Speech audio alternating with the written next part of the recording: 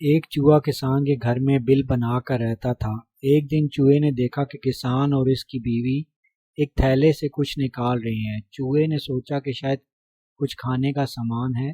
خوب غور سے دیکھنے پر اس نے پایا کہ ایک چوہا دانی تھی۔ خطرہ بھانپنے پر اس نے گھر کے پچھلے حصے میں جا کر کبوتر کو یہ بات بتائی کہ گھر میں چوہا دانی آ گئی ہے۔ کبوتر نے مذاق اڑاتے ہوئے کہا، مجھے کیا، مجھے کون سا اس میں پھنسنا ہے۔ مایوس چوہے نے یہ بات مرغے کو بتائی۔ مرغے نے مذاق اڑاتے ہوئے کہا، جا بھائی، یہ میرا مسئلہ نہیں ہے۔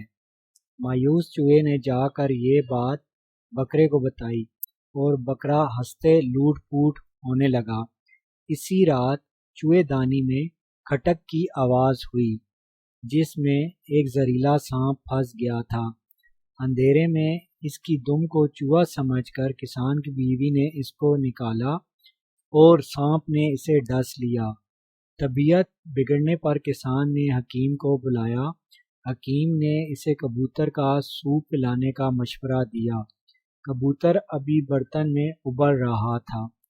خبر سن کر کسان کے کئی رشتہ دار ملنے آ پہنچے، جن کے کھانے کا انتظام کے لیے اگلے دن مرغے کو ذبح کیا گیا۔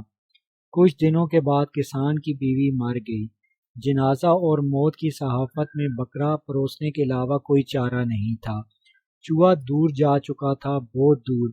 اگلی بار کوئی آپ سے اپنے مسئلے بتائے تو آپ کو لگے کہ یہ میرا مسئلہ نہیں ہے تو انتظار کیجیے اور دوبارہ سوچئے۔